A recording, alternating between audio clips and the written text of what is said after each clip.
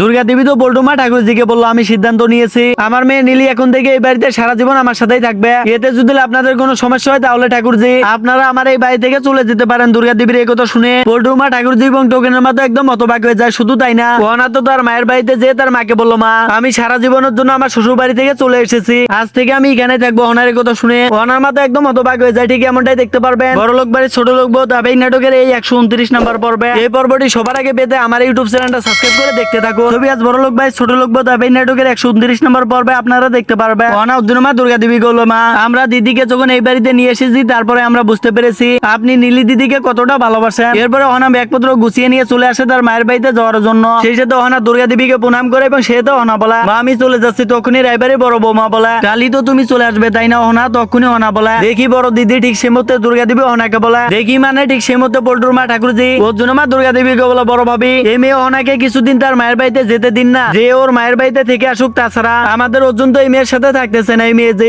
ওর মায়ের বাড়িতে কিছুদিন থেকে আসুক সেই কয়দিন আমাদের অর্জুন একটু শান্তিতে থাকবে। ঠিক তখনই ওনা বলে, পিসিমা অর্জুন কি নিজে আপনাকে এই কথা বলেছে? তখনই বল্টুমা ঠাকুরজি বলে, আমাকে যদি অর্জুন না বলে থাকে তাহলে কি আমি মিথ্যা বলতেছি? অর্জুন কি তোমাকে বলেছে না সে তোমার সাথে থাকতে চায় না? তখনই দুর্গা দেবী ঠাকুরজিকে বলে, ঠাকুরজি বাদ দিন না, ও তো ওর মায়ের বাড়িতে চলে যাচ্ছে। এবং এরপর দৃশ্যে আপনারা দেখতে পারবেন রাইবারি বড় বৌমা ওনাকে বলে, ওনা তুমি কাল রাতেও খাবার খাওনি, সকালেও নাস্তা করলে না, কিছু কি তোমার হয়েছে? ঠিক তখনই অর্জুন মা দুর্গা দেবী বলে, ও তো এখন ওর মায়ের বাড়িতে চলে যাচ্ছে, ওখানে যে ওর মায়ের বানানো অনেক সুস্বাদু খাবার খাবে, আমাদের বাড়ির খাবার এখন ওর একটু ভালো লাগবে না। তখনই ওনা দুর্গা দেবীকে বলো, মা কিছু মানুষের কপাল এতটাই খারাপ হয় যে সে কোথাও ভালো কিছু পায় না। আমার মা সে হয়তো আমার জন্য খাবার বানায়নি, তাছাড়া ওই বাড়িতে আমার মায়ের কি অধিকার আছে? তাছাড়া মা আপনি কি জানেন আমি মায়ের বাড়িতে যাওয়া মাত্রই মা মনে করবে আমি শ্বশুর বাড়ি থেকে ঝামেলা করে তার বাড়িতে এসেছি। আমার মায়ের বাড়িতে যাওয়া মাত্রই তো মা বারবার আমাকে শুধু শ্বশুর বাড়িতে আসার জন্যই বলবে। তখনই দুর্গা দেবী অনেকে বলে, মাদের কষ্ট তুমি কিভাবে বুঝবে? দেখো আমার মেয়ে নীলি আমার বাড়িতে এসে আছে, এজন্য কতজন আমাকে কত কথা শোনাচ্ছে। তখনই বল্টুমা ঠাকুরজি দুর্গা দেবীকে বলো, বড় ভাবি কথা তো আপনাকে শুনতে হবে, আপনার মেয়ের বিবাহ হয়েছে, ও যদি এখনো আপনার বাড়িতে এসে